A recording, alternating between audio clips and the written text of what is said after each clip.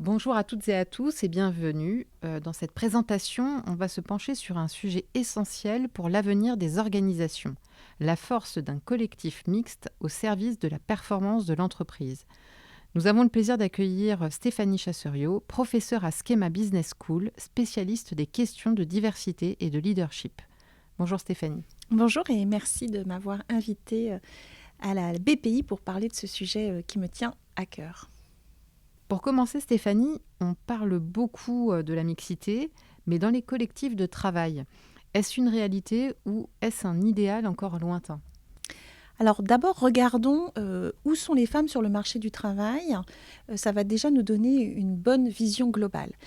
Je partage avec vous ce schéma, ce graphique développé par l'INSEE sur la place des femmes dans les différentes formations de l'enseignement supérieur. Et je pense que ce graphique est intéressant parce qu'il donne une bonne idée de où se forment les femmes. Et vous pouvez le voir sur la partie supérieure du graphique. En fait, on retrouve ce qu'on appelle la ségrégation occupationnelle, c'est-à-dire une forte concentration des femmes encore et toujours dans les métiers du social, du paramédical, les carrières littéraires, le soin. Et sur la partie inférieure, on voit qu'elle reste minoritaire dans la partie ingénierie, les formations techniques, les formations informatiques. Si on regarde la slide suivante, on va retrouver en fait sur le marché du travail cette même répartition. Alors je m'excuse, le schéma est un peu petit, mais vous avez accès à l'enquête INSEE récente qui montre une forte séparation, les femmes d'un côté, les hommes de l'autre. Donc la mixité, elle n'existe pas encore aujourd'hui sur le marché du travail. Il y a vraiment une orientation sur des métiers dits féminins et des métiers dits masculins, et ça persiste. Donc on a encore un gros travail d'ouverture des représentations, des carrières des filles et des garçons. Donc là, je vous ai remis ici la variation, ça c'est les chiffres de 2024, donc vous voyez encore, elles sont majoritaires dans le secrétariat. Ce qui est intéressant sur le métier de secrétaire, c'est qu'au 19e siècle, secrétaire, c'était un métier d'homme. Donc c'est intéressant de voir, c'est pas inéluctable, il n'y a pas des métiers qui sont genrés de façon essentialiste, mais il y a des évolutions. De même, si on regarde de l'autre côté, ingénieur en informatique, à l'origine, à l'émergence des métiers d'informatique, c'était des métiers exercés par des femmes. Rappelez-vous, si vous avez vu le film sur les femmes informaticiennes à la NASA. Et de même, il y a aussi un contexte culturel. Par exemple, dans un certain nombre de pays asiatiques, comme en Indonésie ou dans les Philippines, il y a une majorité de femmes qui sont en informatique. Donc ça permet aussi de relativiser ces professions dites à dominante masculine ou féminine. Il y a un facteur contextuel, il y a un facteur aussi historique. Et donc là, on a encore un travail à faire pour ouvrir les professions et permettre plus de mobilité des deux sexes entre les professions. Et si l'on se penche sur la composition des instances dirigeantes, est-ce qu'il existe des données récentes sur leur féminisation ? Alors, je vais me référer là aux travaux tout à fait récents de mon collègue Michel Ferrari et de son Observatoire de la féminisation des entreprises. Et vous voyez à l'écran ce graphique intéressant qui montre les effets indispensables du législateur dans la modification des comportements. Sur la ligne orange, vous voyez en fait les effets de la loi Copé-Zimmermann qui promeut la féminisation des conseils d'administration et qui fixait l'objectif de 40% de femmes autour de 2017. Et vous voyez qu'on a dépassé cet objectif. On est désormais autour de 45% des postes administrateurs dans les conseils occupés par des femmes. Sur la ligne grise, vous avez les effets de la loi Rixin, où là, il s'agit de féminiser les instances telles que le comité exécutif, le comité de direction. Vous voyez qu'on part de loin, on est à 5%, 7%. Aujourd'hui, on arrive à 27%. L'objectif de la loi Rixin est d'arriver à 40% en 2029, donc il y a encore du chemin à faire. Ça se fait tranquillement, pas vite. Dans les pays où il n'y a pas de loi, en fait, on arrive péniblement à 25-30%. Donc, c'est assez uniforme, en tout cas dans les pays occidentaux. Ce second tableau montre quand même les limites de la loi Rixin. C'est-à-dire que la loi Rixin s'intéresse à la féminisation des comités exécutifs. Donc, vous voyez la dernière ligne en bas. Aujourd'hui, on a 155 femmes pour un total total de 543 postes, donc on arrive à 28%. Sur les conseils d'administration, vous voyez l'effet de la loi Rixain, puisqu'on est bien à 40, on a dépassé les 40%. Par contre, là où le bas blesse, vous voyez les 3 premières lignes, ce sont les postes de président-directeur général, président et directeur général. Et là, la loi ne s'applique pas là-dessus et on remarque une remarquable inertie, puisqu'il n'y a toujours pas de femme président-directeur général. 2 femmes seulement sont présidentes et seulement 3 femmes DG. Alors, si vous regardez également les classements internationaux type Forbes, par exemple, vous verrez qu'elles sont également très peu à la tête des organisations. Donc, il y a quand même un travail important aujourd'hui à faire sur la mixité au top des organisations. On n'y est pas, ça bouge pas très vite. La loi fait bouger sur les niveaux de conseil d'administration et comité exécutif, mais il y a quand même un travail. Alors, ça met la question des quotas, comme vous le voyez là. C'est un choix qui est parfois controversé. Certains pays d'Europe, par exemple comme l'Italie, l'Espagne, certains pays scandinaves ont mis des quotas pour faire bouger les lignes. Et comme je vous l'ai montré, ça fait bouger les lignes. Sans quotas, alors même si parfois le chiffre est un peu controversé, mais les calculs tendraient à montrer qu'il nous faudrait autour de 257 ans pour obtenir entre autres l'égalité économique. Donc il y a quand même un travail important à faire.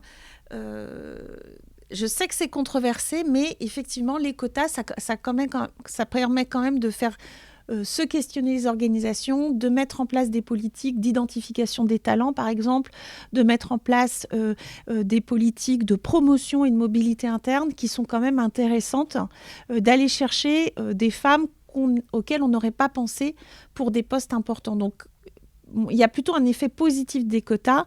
Effectivement, peut-être l'idéal, c'est qu'un jour, on n'en ait plus besoin, mais pour l'instant, ça n'est pas encore le cas.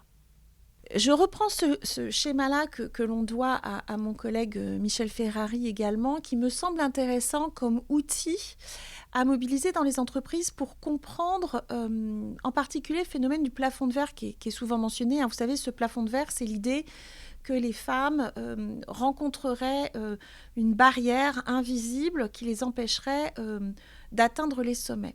Ce que montre ce schéma qui, je trouve intéressant et qui révèle l'idée du pipeline ou l'idée de, pour qu'on ait des femmes au sommet, encore faut-il qu'on en ait dans les effectifs, c'est-à-dire à la base de ce triangle, et qu'elles puissent bouger d'un niveau à l'autre pour atteindre le sommet. Donc vous avez ici 39, c'est un exemple, 30, presque 40% de femmes dans les effectifs. Ce qui est intéressant, vous voyez qu'au niveau des cadres, on retrouve quasiment le même pourcentage, ce qui signifie qu'il y a peu ou pas de plafond de verre dans la mobilité des femmes entre les effectifs vers le statut cadre. Par contre, vous voyez que du statut cadre vers les comités exécutifs, là, il y a une perte puisqu'on n'est plus qu'à 27%. Et là, vous avez un exemple d'épaisseur du plafond de verre, soit de 9,97. Ce qui peut être intéressant, je pense, pour les entreprises. Parfois, la notion de plafond de verre, elle est difficile à matérialiser. Là, vous avez un exemple de comment, dans nos entreprises, essayer d'évaluer cette mobilité entre les niveaux des femmes et de voir là où il y a un problème. Parce que si vous n'arrivez pas à avoir des femmes au sommet, est-ce que vous en avez suffisamment comme cadre et est-ce que vous en avez dans vos effectifs de départ ? Ce diagnostic-là, il peut être intéressant pour ensuite mettre en place des politiques de recrutement de femmes aux différents niveaux, d'aller accompagner les femmes pour des mobilités internes, de prévoir des politiques de promotion et d'accompagnement des promotions. Donc je trouvais que cet exemple-là permet de matérialiser et d'outiller les entreprises à comment calculer notre plafond de verre. Et donc le mérite en revient à Michel Ferrari, mais je trouve que c'est un outil pratique que l'on peut intégrer dans ces politiques de féminisation de l'entreprise. Et si on se tourne vers les recherches récentes sur le sujet, est-ce qu'il est prouvé que la présence des femmes dans les entreprises a un effet sur la performance ? Alors, vaste sujet. Je tiens à disposition une large bibliographie. C'est un sujet qui est maintenant exploré quand même de longue date et qui présente des résultats contrastés. C'est le moins qu'on puisse dire. Ce qui ressort aujourd'hui de façon positive, c'est que la présence des femmes dans les instances de gouvernance a un effet sur ce qu'on appelle la performance ESG, c'est-à-dire environnementale, sociétale et sur la gouvernance.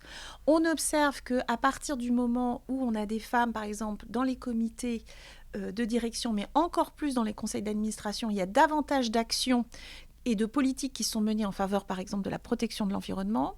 On note également qu'il y a davantage de préoccupations éthiques, par exemple, moins de risques de fraude, de poursuites judiciaires, et également des pratiques de transparence dans l'information, de la diffusion de l'information bien supérieures quand il y a des femmes présentes dans les organismes de gouvernance.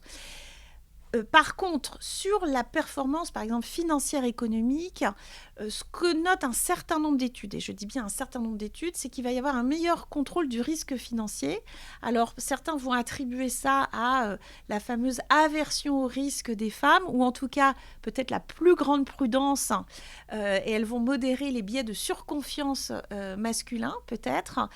Certains ont observé des meilleurs rendements et voire un moindre risque de faillite. Ce qui est intéressant, c'est que les études qui font le focus sur la performance financière ou économique notent que les résultats sont positifs plutôt à long terme qu'à court terme. Si on regarde ensuite, d'autres études, et c'est important de le signaler, notent quand même des aspects un peu plus mitigés. Alors, soit on note pas de résultats ou quelques résultats mitigés, c'est-à-dire la crainte possible des investisseurs que ces entreprises prennent moins de risques, soient moins orientées vers le développement parce que trop de femmes et donc cette fameuse plus grande prudence. Certains marchés peuvent exprimer davantage de méfiance à l'égard d'entreprises dans lesquelles, dans le top management, on a plus de femmes. La crainte qu'il y ait un trop fort monitoring. Ce qu'il faut quand même noter, c'est que les études sur les méthodologies notent parfois des corrélations faibles et pour ceux qui sont sensibles à ça, corrélation n'est pas causalité, donc effectivement attention, et que parfois il n'y a pas de différence notable entre des entreprises qui ont plus de femmes et moins de femmes. Donc si les résultats sont plutôt positifs et non discutables sur la partie ESG, environnement sociétal et gouvernemental, les résultats sont plus contrastés sur la partie économique et financière.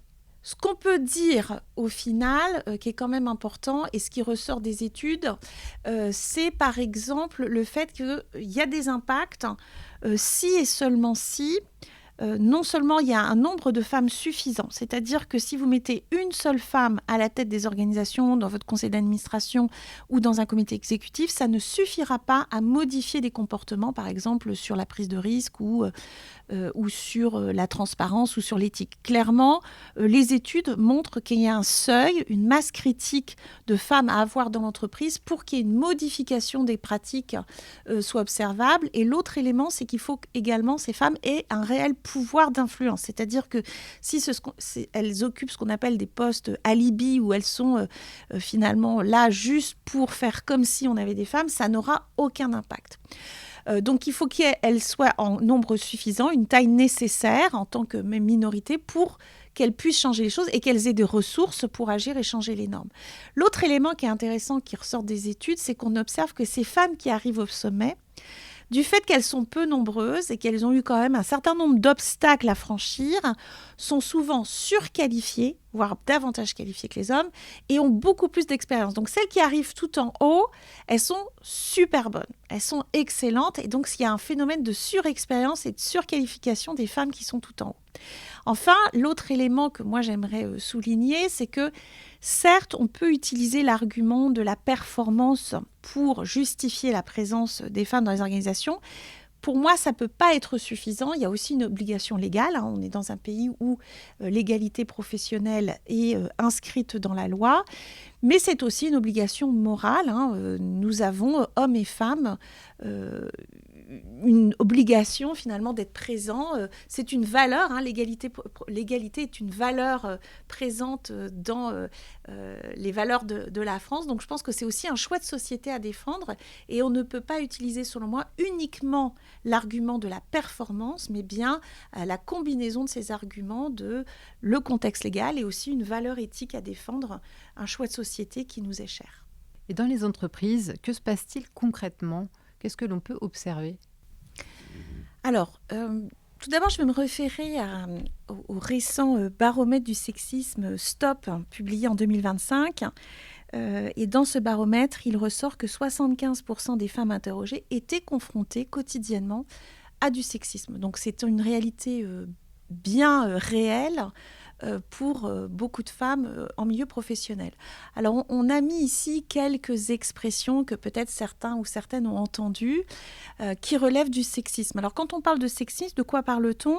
En fait, on réfère à un ensemble de croyances qui vont justifier finalement la supériorité d'un sexe sur l'autre et qui vont mener à des discriminations, des comportements, des réflexions, des attitudes. Généralement, dans le sexe, quelqu'un qui va être sexiste va se référer à des stéréotypes, des préjugés, comme on en voit qui sont mentionnés ici. Alors, vous allez avoir plusieurs types de sexisme. On va parler de sexisme hostile, qui va être ouvertement négatif et dévalorisant. Par exemple, vous l'avez ici, elle semble physiquement intelligente, on est d'accord que c'est assez hostile, ou ça va, on ne peut plus rire, tu as tes règles ou quoi, également plutôt hostile. Et puis, vous avez ce qu'on appelle quelque chose de plus subtil, de plus insidieux, qu'on va appeler le sexisme bienveillant, dans lequel, en fait, tout en paraissant positif, voire protecteur, la réflexion va véhiculer derrière des idées plutôt paternalistes ou des stéréotypes de genre assez rigides, et on va renvoyer les femmes peut-être à leur supposée douceur, faiblesse, et finalement il va falloir on va les orienter vers les stéréotypes qu'on accorde aux femmes en général. Par exemple, tu serais gentil d'aller me chercher un café, sous prétexte que les femmes sont habituellement gentilles et au service d'eux, on va leur demander d'aller chercher ce café, référence aux soins qu'elles vont apporter aux autres. Donc voilà, vous avez plusieurs composantes. Donc quand on parle de sexisme, ça peut prendre plusieurs formes, ça peut se cacher dans les détails et c'est parfois difficile à aller identifier. Qu'est-ce qui peut donc altérer cette mixité ? Donc, si on résume, je vous ai mis quelques phrases. Donc, vous avez vu des phrases, voire des actions dans notre quotidien. Disons, je vais le faire pour toi parce que c'est quand même pas un boulot pour une femme. Je vais t'aider. Exemple, sous couvert d'aide, en fait, on va présupposer que votre collègue féminine n'est pas capable de le faire. Un phénomène qui a été bien étudié, les interruptions dans les réunions. Je vous invite à observer comment ça se passe, la prise de parole dans vos réunions et parfois comment les interruptions intempestives se passent, c'est-à-dire une femme va commencer à s'exprimer et puis finalement un collègue masculin va l'interrompre sans prendre garde à ce qu'elle est en train de dire. Ce type de comportement répété, c'est ce qu'on peut appeler des micro-agressions quelque part et ça peut conduire les femmes finalement à des phénomènes de retrait en disant de toute façon puisqu'on ne m'écoute pas, j'arrête de prendre la parole. Autre phénomène observé qui est toujours parfois assez surprenant, c'est-à-dire un collègue masculin va réexpliquer finalement ce qu'une collègue féminine avait développé juste avant et se l'approprier. Donc appropriation du temps et des idées. Ça peut aller aussi sur une mise en invisibilité, c'est-à-dire qu'on ignore carrément la collègue féminine. En tout cas, vous avez tout un ensemble de pratiques quotidiennes qui ne sont pas toujours extrêmement visibles, mais qui, mis bout à bout, en fait, ce qui est compliqué dans cette situation, c'est l'accumulation de tous ces différents éléments qui va conduire à une situation de sexisme. Et c'est vrai que certaines femmes vont, par exemple, dire ça suffit à travers une certaine phrase, et on va leur dire t'exagères, c'est pas très grave ce qui vient de se passer, mais en fait, il faut garder en tête que derrière, il y a toute une accumulation de situations qui viennent créer un environnement organisationnel sexiste, pas très agréable et qui peut conduire des femmes, par exemple, à quitter des environnements d'entreprise parce qu'elles n'en peuvent plus d'avoir tous ces effets, ces gestes, ces remarques quotidiennement qui viennent s'accumuler les unes après les autres. Alors, il y a d'autres éléments aussi. Alors, j'ai tout à l'heure mentionné le plafond de verre, effectivement, la difficulté des femmes à accéder au niveau supérieur de l'entreprise. Mais ce qui est intéressant, c'est d'aller un petit peu plus loin et pour comprendre une situation, il faut bien la décortiquer. Il y a d'autres situations qui viennent finalement limiter la mobilité des femmes en entreprise. Alors, le plancher collant, c'est quand, par exemple, vous êtes dans un poste et vous faites tellement bien votre travail que finalement, on ne vous propose jamais de promotion. Et donc, vous allez rester collé à cette situation professionnelle et finalement, on ne va pas penser à vous pour des promotions parce que vous faites très bien votre travail. Vous êtes dans un environnement et finalement, on vous voit tellement bien là qu'on ne vous voit plus ailleurs. Et donc, cette notion de plancher collant, c'est la difficulté pour les femmes de donner ou de se faire voir dans un processus de promotion et d'aller ailleurs dans l'organisation. La paroi de verre, c'est un autre phénomène. C'est le phénomène où vous êtes dans un département, un service, et finalement, vous allez être obligé de rester dans ce service-là. Alors, malheureusement, les RH sont étiquetés, alors que c'est une fonction stratégique de l'entreprise, mais sont étiquetés comme très féminins. Et donc, vous ne pourrez pas avoir de mobilité, par exemple, pour aller en finance ou pour aller en supply chain, à la différence des collègues masculins pour lesquels, finalement, la circulation dans les différents services de l'entreprise va être beaucoup plus facile et beaucoup plus évidente. Et donc, le phénomène de paroi de verre, c'est que vous êtes dans un secteur, dans une spécialité, et vous allez y rester et vous n'allez pas avoir de mobilité ailleurs dans l'entreprise. Et enfin, alors je donne le dernier situation qui est quand même intéressant, ce qu'on appelle la falaise de verre. C'est on va nommer plus facilement des femmes dans les situations où on sait que finalement c'est perdu, la situation est tellement critique que tout va s'effondrer et donc on va plus volontiers nommer une femme parce qu'on se dit de toute façon comme ça va pas marcher, autant que ce soit elle qui tombe de la falaise, si je peux reprendre l'expression. Et donc, alors ça c'est bien identifié en politique, où on va mettre des femmes sur des circonscriptions dont on sait que c'est perdu d'avance. Mais c'est intéressant de voir, on voit parfois ça aussi dans des projets qui prennent pas une bonne tournure. On va nous nommer des nouveaux responsables de projet et on va se dire, tiens, pourquoi on ne mettrait pas une femme à ce moment-là ? Alors, je ne dis pas que c'est fait de façon volontaire, toujours, mais en tout cas, c'est un phénomène qu'on observe, c'est-à-dire que des femmes sont plus souvent nommées dans des projets dits critiques où les chances de succès sont beaucoup plus faibles. Donc voilà, vous avez là 4 phénomènes. C'est intéressant de regarder dans les organisations si ces phénomènes sont présents, dans quelle mesure, parce que l'analyse de ces situations-là permet aussi de comprendre où est-ce qu'on peut s'améliorer et travailler différemment. On vient de voir tout ce qui se passe concrètement en entreprise, mais pour celles qui souhaitent passer à l'action, comment peuvent-elles faire pour bouger les lignes ? Alors, on peut considérer qu'il y a plusieurs actions à mener à différents niveaux. Alors, si on regarde à l'échelle individuelle, les femmes elles-mêmes, alors là, j'ai mis les stratégies de contrainte, parce qu'effectivement, parfois, ce qu'on observe, c'est qu'un certain nombre de femmes vont, à un moment donné, choisir de quitter les organisations qui ne leur offrent pas les promotions qu'elles attendent, la reconnaissance qu'elles attendent, malgré tout l'investissement qu'elles ont mis dans leur poste, les efforts qu'elles ont mis dans l'entreprise. Et il va y avoir une certaine lassitude. Donc, je parle de stratégie contrainte, c'est-à-dire qu'à un moment donné, je dis, ça suffit. À un moment donné, tous mes collègues sont promus et moi, j'y arrive pas là-haut, je quitte.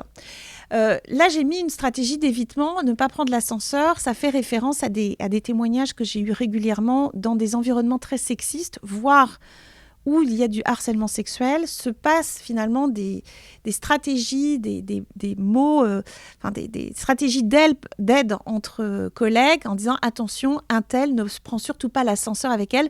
Je le dis parce que finalement, c'est encore une réalité. Je l'ai entendu régulièrement et il faut prendre conscience de ça. C'est-à-dire que quand on a ça en entreprise, ça serait bien que les entreprises réagissent. Et puis, il y a aussi la stratégie de contournement, c'est-à-dire se trouver des alliés pour construire sa carrière professionnelle. Alors, ça peut être des alliés officieux ou officiels, se trouver un mentor, ou comment des femmes peuvent travailler, rendre visible leur légitimité avec ses alliés, ce mentor pour construire leur carrière. Donc, vous avez un certain nombre d'actions qui peuvent être au niveau individuel, au sein de l'organisation. S'entraîner aussi, je crois, travailler sa sensibilité aux stéréotypes. Je pense que c'est intéressant de ne pas laisser passer. Or, parfois, des femmes sont dans des environnements très sexistes, où il y a beaucoup de stéréotypes de genre, et en fait, c'est tellement entendu qu'elles les ont parfois elles-mêmes intégrés et ne réagissent plus. Je pense que c'est important de travailler sa capacité de réaction et donc de se rendre de faciliter sa lecture et de à nouveau se rendre compte des choses qui ne sont pas acceptables pour pouvoir réagir. Donc ça, je dirais, c'est quelques éléments à l'échelle individuelle. Ensuite, à l'échelle du collectif, je pense qu'il y a une vraie réflexion à mener au sein des collectifs de travail avec ses collègues, c'est-à-dire les alliés. Et je pense entre autres aux collègues masculins. C'est-à-dire quand on aperçoit ou quand on voit des choses qui ne sont pas acceptables, qui relèvent de l'ordre des remarques sexistes, voire plus, je pense que c'est intéressant quand même que nos collègues hommes réagissent, interviennent. Ça, c'est un point important. Je pense qu'aussi, il y a beaucoup de collègues masculins qui peuvent aussi accompagner les femmes dans leur carrière, jouer le rôle de mentor. Dans des entreprises très masculinisées, ça peut être intéressant qu'aussi des hommes portent ça. Et je l'ai vu dans des entreprises de transport, là, où des choses très intéressantes, où il y a une vraie mobilisation des dirigeants hommes pour justement faire de la place aux femmes. Et l'autre élément à l'échelle collective, c'est soit en interne de l'entreprise, mais aussi à l'externe, travailler sur des réseaux. Ça peut être des réseaux non mixtes, des réseaux de femmes en entreprise. Ça fonctionne assez bien parce que ça permet de partager entre pairs, de se connaître, de créer une sororité. Ça peut être aussi d'appartenir à des réseaux non mixtes en dehors de l'entreprise. Et puis j'encourage aussi les femmes à participer aussi à des réseaux mixtes pour construire leur parcours professionnel, élargir leurs contacts. Et c'est la combinaison des deux qui va vraiment aussi donner du poids aux femmes. Et à l'échelle de l'organisation, parce que ça c'est important, les individus seuls ne peuvent pas modifier des pratiques, des politiques. Alors j'ai fait une petite liste à la Prévert, vous irez voir un petit peu ce qui correspond le plus à vos besoins. Les programmes d'accompagnement des femmes dans leur carrière et dans leur promotion, oui, mais ça ne peut pas être seulement ça. Il y a beaucoup d'entreprises aujourd'hui qui se lancent dans ces programmes d'accompagnement, c'est très bien, mais vous ne pouvez pas que former les femmes et ne pas former les hommes, parce que si les portes dans l'entreprise ou dans votre entreprise restent fermées, les femmes vont être prêtes à y aller, mais les hommes ne seront pas prêts à leur ouvrir les portes. Donc il faut que ça se combine avec aussi une mise à plat, une analyse en profondeur des politiques de promotion et d'avancement. Est-ce que vos politiques de promotion et d'avancement sont exemptes de biais systémiques ? Comment vous faites les entretiens ? Comment est-ce que vous formulez les compétences attendues ? Est-ce qu'il n'y a pas dans la formulation des compétences attendues des biais sexistes, même involontaires ? Il y a tout un travail aussi, je pense, qui est important à faire de réflexion collective, hommes et femmes ensemble, sur comment on vit la mixité dans nos entreprises. Ça peut être un sujet de dialogue social, ça peut être un sujet de management qui peut ouvrir la voie au dialogue. Il y a très clairement un travail à faire sur le repérage et l'identification des stéréotypes de genre qui se traduisent dans les pratiques au quotidien. Ça invite à manager différemment, à revoir aussi c'est quoi un bon manager et c'est quoi un bon leader, quels sont les termes qu'on utilise pour décrire c'est quoi un bon manager, et parfois on a des surprises. Et puis d'ouvrir un sujet qui peut être intéressant. En fait, il y a 2 sujets d'entrée sur la mixité et l'égalité professionnelle qui peuvent être plus faciles. C'est d'aborder la question en rentrant par la question de la parentalité, comment on met en place la parentalité dans l'organisation du travail, les conditions de travail, les pratiques de management. Et l'autre sujet qui est un sujet intéressant pour ouvrir l'égalité professionnelle, ça peut sembler surprenant, mais c'est aussi tout ce qui est santé, sécurité au travail et qualité de vie au travail, parce que ça permet de rentrer dans le dur et à savoir comment hommes et femmes on vit les conditions de travail, quelles sont les conséquences sur la santé, et souvent en travaillant sur l'amélioration des conditions de travail en termes de santé, on améliore l'égalité professionnelle. C'est un élément qui a été observé, entre autres, par exemple, dans le secteur de la construction. On a travaillé sur les outils pour les rendre plus accessibles, par exemple, aux femmes. Mais en faisant ça, en fait, on a aussi amélioré la santé et la sécurité des hommes au travail.